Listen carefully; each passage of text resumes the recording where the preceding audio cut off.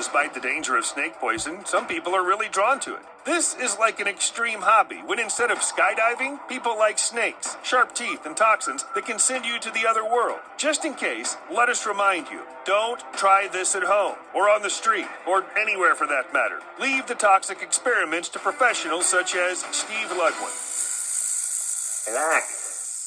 Steve Ludwin is a rock musician. He wrote songs for Placebo and Ash, and played the Reading Festival with Nirvana. But his second hobby was snakes. Between tours and recording, he loved to experiment with snake venom. Without having an appropriate degree, Steve's been shooting, swallowing, and scratching venom into his skin from some of the world's deadliest snakes for 30 years. Steve continues to experiment on himself to this day. He first did it in October 1988, and still loves snakes. Steve was bitten by different snakes, from vipers to cobras, and once he almost lost his arm and was hospitalized after an overdose of toxic substances. But then he came to his senses and continued doing it. Steve's convinced that over the years, his body has developed immunity to even the most dangerous venoms, and began to enjoy what was happening. The combination of pain and adrenaline brings pleasure to him, and, well, let's be honest, this isn't very normal. It's almost like he's an addict.